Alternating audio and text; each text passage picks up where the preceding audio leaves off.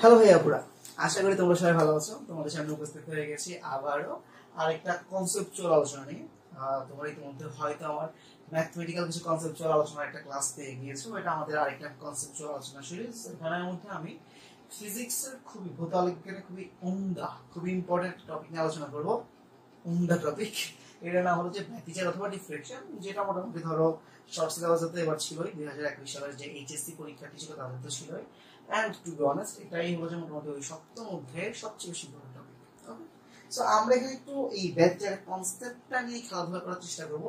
And গতানুগতিক concept অবশ্যই না, আমি যতটুকু জানি, যতটুকু ভালোভাবে আমি এটা আয়ত্ত করার চেষ্টা করেছি আমার ভার্সিটি লাইফে বলো, আমার ইন্টার লাইফে বলো, আমি সেই জিনিসগুলোকে যতটুকু সম্ভব তোমাদের কাছে পৌঁছে দেওয়ার চেষ্টা করবো। এন্ড দ্যাটস হোয়াই এটাকে আমরা কনসেপচুয়াল ক্লাস বলছি। ওকে, সো এইখানের এই ব্যতিচার সংক্রান্ত আলোচনায় আসার আগে তোমাকে অবশ্যই বিশেষ কি ব্যাপারে জানতে হবে। আলোর যে ব্যতিচার দেখানো হয় ওইটার উপর হাইগেন্স একটু অবজারভেশন করে, একটু না অনেকটা অবজারভেশন করে হাইগেন্স বলছিল আলো এক প্রকার তরঙ্গ, এবং আলোর তরঙ্গ তত্ত্বটা হাইগেন্স দেওয়ার চেষ্টা করছিল তরঙ্গমুখীর সংজ্ঞার মাধ্যমে। তো হাইগেন্স যেটা বলছিল, হাইগেন্স যা বলছিল তা বোঝার জন্য আগে তরঙ্গমুখ জিনিসটাকে একটু বুঝতে হবে। তরঙ্গের সমান দশা সম্পূর্ণ যে কণাগুলো আছে, একটা তরঙ্গ তো আমরা কনসেপ্ট জানি কি, একটা কণা কাঁপে, কণা কাঁপে একটা শক্তিটা কি করে দেয়, পাশের কণার মধ্যে সঞ্চালিত করে দেয়, পাশের কণাটাও কাঁপে, তার পাশেরটাও কাঁপে, তার পাশেরটাও কাঁপে, এভাবে করে তরঙ্গটা কি হয়, সঞ্চালিত হয়। এটা আমরা অবশ্যই জানি। এখন তরঙ্গের যে কণাগুলো সেম দশায় আছে, তুমি যদি জাস্ট নরমালি মনে করার চেষ্টা করো, হালকা একটা ইমাজিনেশন, পুকুরের মধ্যে কখনো কি পাথর ফেলছিল, অথবা পুকুরের মধ্যে কখনো কি একটা ক্রিকেট বলকে এভাবে জাস্ট উপর থেকে ধুপ করে নিচের দিকে ফেলছিলাম? অবশ্যই ছোটবেলা আমরা এগুলো করে আসছি। এন্ড এগুলো করে না আসলে আমরা দেখে আসছি। এগুলো করলে কি হয়, দেখা যায় যে পুকুরের মধ্যে যেরকম গোল গোল গোল এরকম করে কিছু হয়ে যায়, এরকম করে করে একটা মানে ঢেউয়ের মধ্যে এরকম গোল গোল গোল গোল কিছু একটা ছড়ায়া পাড়ের মধ্যে যায়, যা বিলীন হয়ে যায়। এই যে গোল গোল গোল গোল দেখতেছো, এরকম দাগগুলো আমরা কেন দেখতাম? কারণ এই গোল দাগগুলোর প্রত্যেকটা বিন্দুতে আমার তরঙ্গের কণাগুলো সেম দশায় আছে, অর্থাৎ ওদের গতির সামগ্রিক অবস্থা এই পয়েন্টগুলোতে সেম দেখে এগুলোকে আমরা এরকম গোল গোল গোল গোল দেখতাম। এন্ড এই যে তরঙ্গটা এগিয়ে যাচ্ছে এটা বোঝানোর জন্য যে গোল গোল বৃত্তগুলো আমরা দেখতে পাই না, এগুলোর নামই মূলত কি, তরঙ্গমুখ। এখন এটাকে একটু সংজ্ঞা আকারে যদি দিতে চাই সুন্দরভাবে, তাহলে কিভাবে বলবো? তরঙ্গের সমান দশা সম্পন্ন কণাগুলো মিলিত হয়ে যে একটা জ্যামিতিক আকৃতি গঠন করছে তাকে বলা হচ্ছে কি, তরঙ্গ মুখ। একদম নরমাল ভাবে আমি এটাই বলার চেষ্টাটা করবো। এখন হাইগেন্স কি বলতে চাইছে? হাইগেন্স বলতে চাইছে যে তরঙ্গমুখের উপর প্রত্যেকটা বিন্দু একটা গৌণ তরঙ্গ উৎসের মতো কাজ করে। তরঙ্গমুখের উপর প্রত্যেকটা বিন্দু একটা গৌণ তরঙ্গ উৎসের মতো কাজ করে, এর মানে এটা মেইন সোর্স। এন্ড এখানে আমার তরঙ্গমুখের উপর আমি ধরে এই যে তিনটা পয়েন্ট কল্পনা করছি, এই তিনটা পয়েন্ট হলো যে আমার গৌণ অর্থাৎ সেকেন্ডারি সোর্স। আর বলার চেষ্টা করছে হাইগেন্স এরকম যে এই সেকেন্ডারি সোর্স গুলোকে যদি আমি কি করি, কানেক্টেড করি, সেকেন্ডারি সোর্স গুলোকে যদি আমি কি করি, এভাবে করে করে ইমাজিন করার চেষ্টা করি, দেন এগুলোর মধ্যে যদি আমি স্পর্শক এঁকে দিই, প্রত্যেকটা সেকেন্ডারি সোর্সের তরঙ্গমুখগুলোকে কাউন্টে এনে তাদের মধ্যে যদি আমি স্পর্শক এঁকে দিই, তাহলে আমি এই প্রধান সোর্সের দ্বিতীয় তরঙ্গমুখটাকে পেয়ে যাব। কাকে পেয়ে যাব? দ্বিতীয় তরঙ্গমুখটাকে পেয়ে যাব। এটাই ছিল হাইগেন্সের তরঙ্গ তত্ত্ব। অর্থাৎ গৌণ তরঙ্গ উৎসগুলো কি করার ক্ষমতা রাখে, গৌণ তরঙ্গ উৎসগুলো আবার তরঙ্গমুখ ক্রিয়েট করার ক্ষমতা রাখে। আর ওই তরঙ্গমুখগুলোর যদি তুমি কি করে দাও, স্পর্শক নিয়ে কানেক্ট করে দাও, তুমি মেইন সোর্সের পরবর্তী তরঙ্গমুখ পাইতে পারো। এই ধরনের চিন্তা ভাবনা এটা হাইগেন্স তার তরঙ্গতত্ত্বের মধ্যে বলে গিয়েছে। অবশ্যই একদম পুঙ্খানুপুঙ্খ বাংলা বই, তুমি স্যারের বই, তপন স্যারের বই অথবা যে কোনো বই তুমি যদি ফলো করে থাকো সেই বই তুমি পাবা, আমাদের কিউএনএ পাবলিকেশনের বইটা অবশ্যই পাবা। যাই হোক, এতটুকু যদি বুঝে যাও,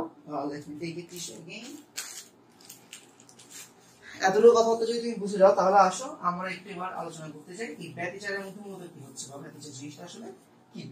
ওকে, সো এটা যদি তোমার বুঝতে হয়, তোমাকে অবশ্যই একটু আলোচনা করতে হবে, কিভাবে তোমাকে চিন্তা ভাবনা করতে হবে আসলে ব্যতিচার জিনিসটা কেন আসতেছে। দেখো, প্রথমত আমার তরঙ্গ নিয়ে যখন আমরা আমাদের ফার্স্ট পেপারের চ্যাপ্টার 9 এ পড়ছিলাম, আমরা দেখছিলাম কি তরঙ্গ উপরিপাতন ধর্মটা মেনে চলে। আর হাইগেন্স অবজারভেশনের মাধ্যমে একটা স্টেটমেন্ট দিছিল যে আলো এক প্রকার তরঙ্গ, এন্ড এই কারণে হাইগেন্স উঠে পড়ে লাগছিল যে আলো তরঙ্গ, সেটা প্রমাণ করার জন্য। এন্ড ওইখান থেকে মূলত একটা চিন্তা ভাবনা হচ্ছে কি, আলোর মধ্যে তো পরিবর্তন হওয়ার কথা। এখন আলোর পরিবর্তনটা কেমন হবে, পরিবর্তনটা ক্রাইটেরিয়া গুলো কেমন হবে, আউটপুট কেমন হবে, সেটা নিয়ে কাজ করতে করতে আলোর ব্যতিচার নামক টপিকটা নিয়ে আমরা প্রথমে পরিচিত হই।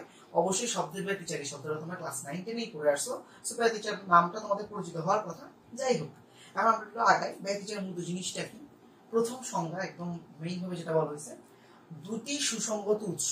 কি লাগবে? দুটি সুসংগত উৎস লাগবে, তাদের থেকে তরঙ্গ নিঃসৃত হবে, তরঙ্গগুলো উপরিপাতিত হবে এবং উপরিপাতিত তরঙ্গগুলোকে উপরিপাতিত তরঙ্গগুলোর যে আউটপুট, ওই আউটপুটটা একটা প্যাটার্ন আকারে আমি দেখবো, এন্ড এই প্যাটার্নটাকে বলা হবে ব্যতিচার ঝালর।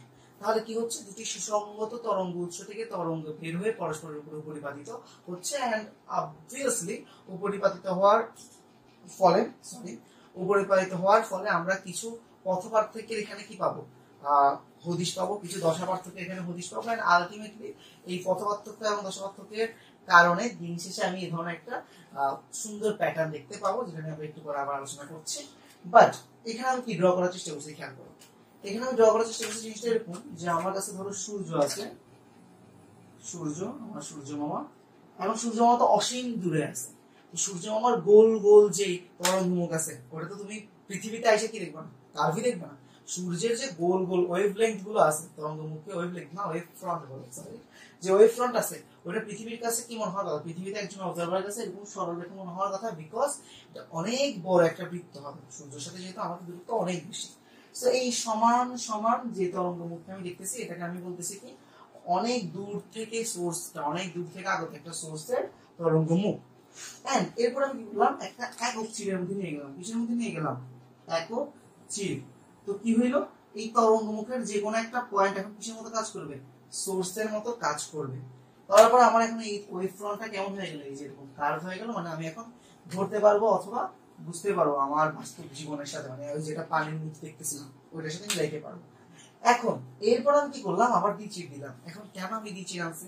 আমি আবার বলি, ব্যতিচারের সংজ্ঞার মধ্যে কি ছিল? সংজ্ঞার মধ্যে ছিল যে আমার দুটো সুসংগত উৎস লাগবে।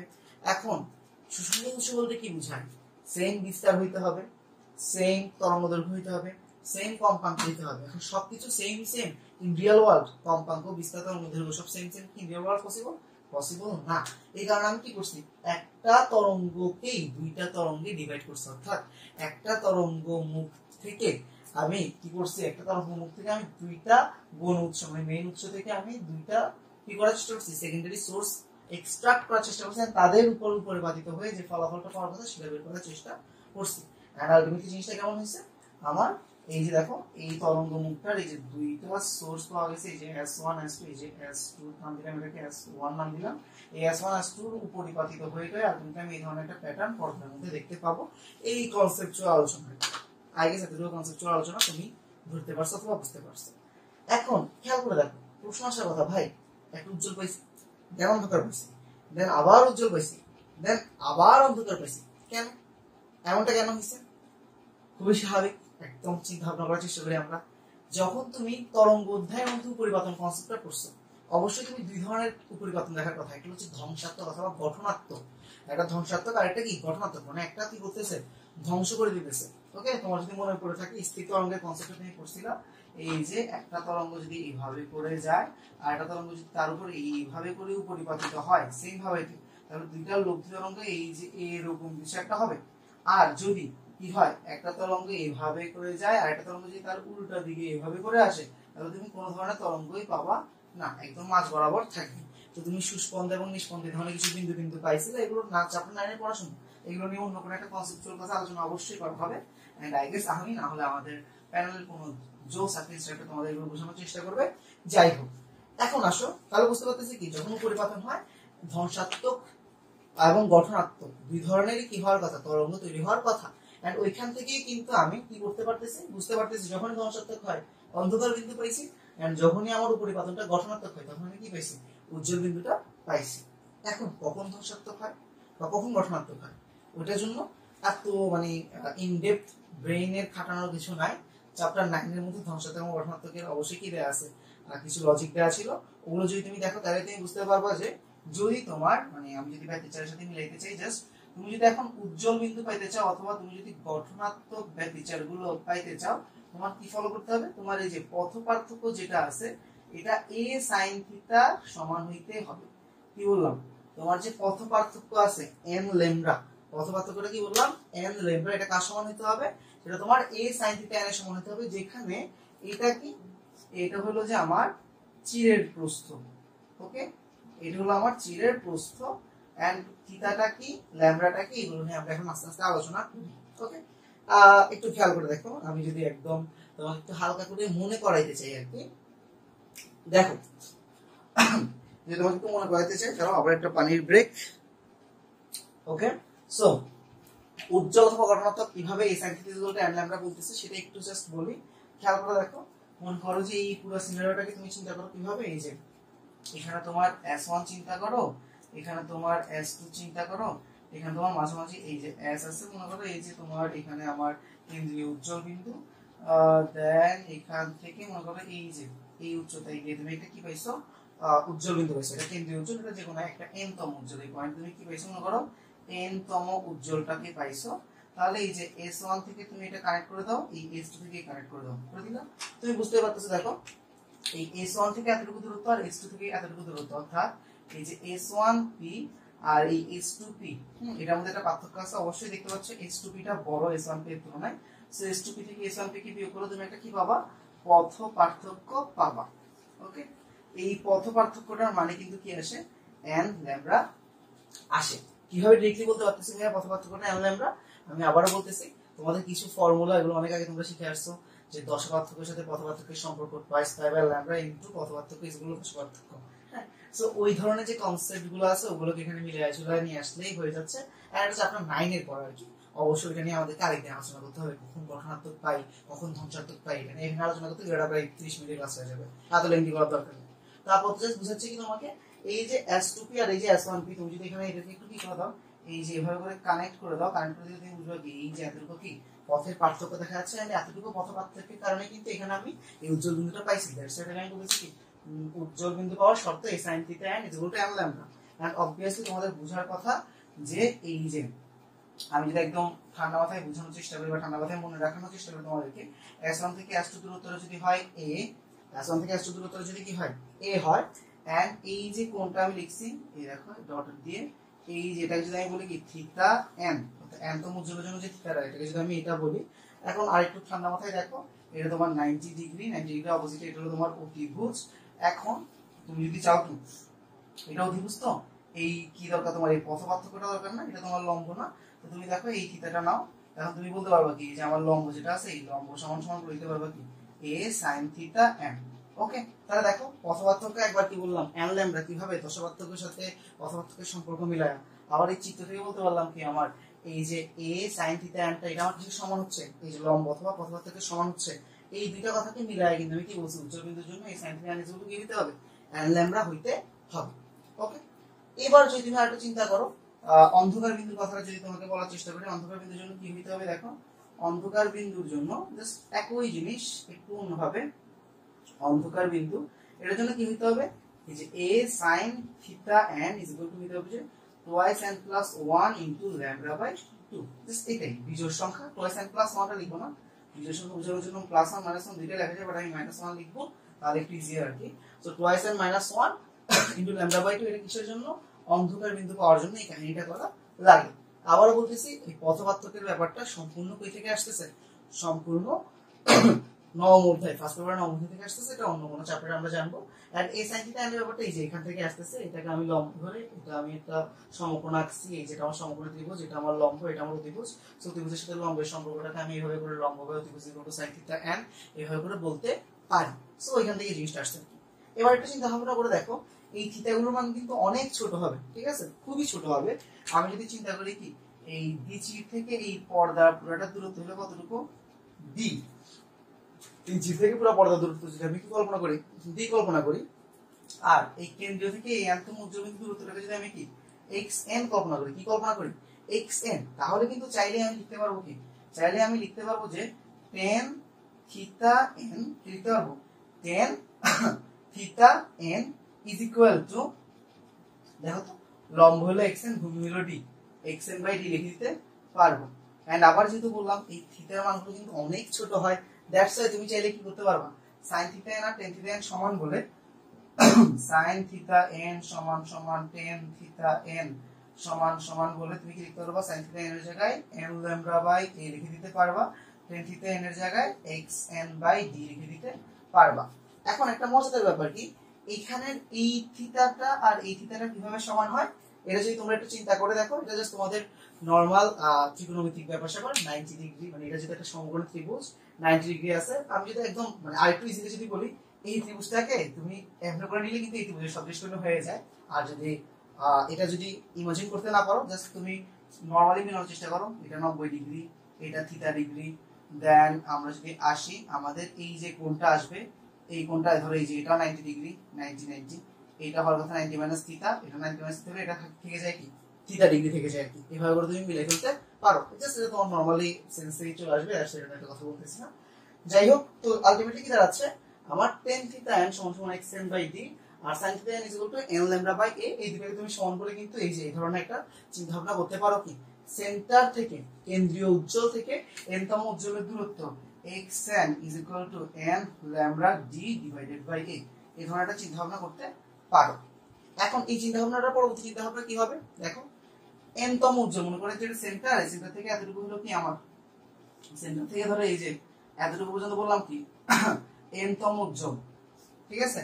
এখন এটাকে বললাম কি n তম উজ্জ্বলের আগে মানে n - 1 তম উজ্জ্বল, এই দুইটার দূরত্ব বের করে যদি বিয়োগ করে দিই, মানে এই যে এতটুকুকে বললাম কি xn - 1 আর এই পুরোটুকুকে বললাম কি xn, দুইটাকে যদি বিয়োগ করে দিই তাহলে আমি কি পেয়ে যাব, এই যে ডোরা ব্যবধানটা পেয়ে যাব না, অবভিয়াসলি পেয়ে যাব।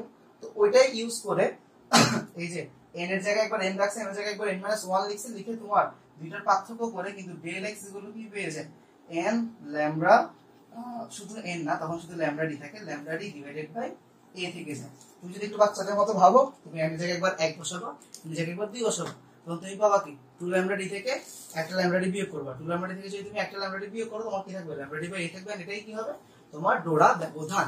আর এখন যদি তোমাকে কেউ জিজ্ঞেস করে কি ডোরা ব্যবধানের অর্ধেকটা কি বলা যায়, এটা পুরোটা যদি ডোরা ব্যবধান হয় এটার অর্ধেক করে দিলে কিন্তু আমরা কি পাই ডোরা প্রস্থ পাই, অর্থাৎ জাস্ট একটা ডোরা কতটুকু প্রস্থে সেটা আমরা পেয়ে যাই। এর মানে কি তুমি যদি এখন এই del x টাকে 2 দিয়ে ভাগ করে দাও, del x টাকে যদি তুমি 2 দিয়ে ভাগ করে দাও তাহলে তোমার চলে আসবে কি ডোরা প্রস্থ, অর্থাৎ lambda d divided by 2a। এই ম্যাথমেটিক্যাল ক্যালকুলেশন এগুলো কিন্তু এত বেশি আলোচনা করার প্রয়োজন ছিল না, বিকজ এগুলো তোমরা অলরেডি থিওরিটিক্যাল ক্লাসগুলোর মধ্যে দেখছো। কিন্তু আমি যেটা করার চেষ্টা করতেছিলাম কনসেপ্টটা একটু ক্লিয়ার করার চেষ্টা করতেছিলাম যে ব্যতিচার জিনিস আসলে কিভাবে হচ্ছে, সূর্যটাকে কিভাবে আমি একটা বিশাল তরঙ্গমুখকে কিভাবে আমি জাস্ট দুইটা সোর্সের মধ্যে নিয়ে আসতেছি, এন্ড আনার কারণটা কি, আনার ফলে কি হইতেছে, এই সংক্রান্ত যে কনসেপ্টগুলো আছে এগুলো দেওয়ার চেষ্টা করছি, এন্ড ওগুলোর ইকুয়েশন কি কি হইতে পারে জাস্ট হালকা একটু ডিসকাশন করার চেষ্টা করছি। অবশ্যই ব্রিফ ডিসকাশন আমাদের ইন ডিটেইলস ফিজিক্স কোর্সের মধ্যে তুমি পাবা, এটার রেনোভেট করা ভার্সন, আপডেটেড ভার্সন যখন আসবে নতুন ব্যাচের জন্য তখন আরো বেটার ভাবে হয়তো পাবা। আশীর্বাদ করিও যাতে আরো বেটার ভাবে আমরা তোমাদেরকে সার্ভ করতে পারি। এখানে আমি জাস্ট যেটা বললাম কনসেপচুয়াল ক্লাস, নট কিন্তু কনসেপ্ট পেপার বা কনসেপ্ট বুক সলভিং ক্লাস না, কিন্তু কনসেপচুয়াল ক্লাস, একটু বেসিক ক্লিয়ার করার চেষ্টা আর কি কিভাবে ব্যতিচারটা হইতেছে, কেন ব্যতিচারটার কাহিনী কীর্তন কি কি হয়, এগুলো একটু জাস্ট তোমাদের সামনে উপস্থাপন করার চেষ্টা করছি। আই গেস আমি আমার দিক থেকে যথেষ্টভাবে চেষ্টা করছি। আমি আশা করি তোমরা তোমাদের প্র্যাকটিক্যাল লাইফে এই ব্যতিচারের প্রয়োগগুলো কোথায় কোথায় দেখতেছো। ব্যতিচার তো হুবহু পাবা না, আদর্শ কেস তো নাই, সুসংগত দৃশ্য তো নাই, তবে ব্যতিচারের কাছাকাছি যে কেসগুলো আছে ওগুলো তুমি তোমার লাইফের মধ্যে বা বিভিন্ন জায়গায় তুমি দেখতে পাবা, এন্ড অ্যানালাইসিস করে আরো বেটার আউটকাম দিতে পারবা। এই আশা রেখে ব্যতিচারটা তোমরা বুঝছো বা ব্যতিচার নিয়ে তোমরা আরেকটু পড়াশোনা করবো, আরেকটু ঘাটাঘাটি করবো, এই আশাটা রেখে আমি আমার ক্লাসটা এখানে শেষ করবো। সো ঘামায় টামায় শেষ, সাইনিং অফ। আজকের মতো এখানে শেষ, দেখাবো অন্য কোনো conceptual class. Tata, bye bye.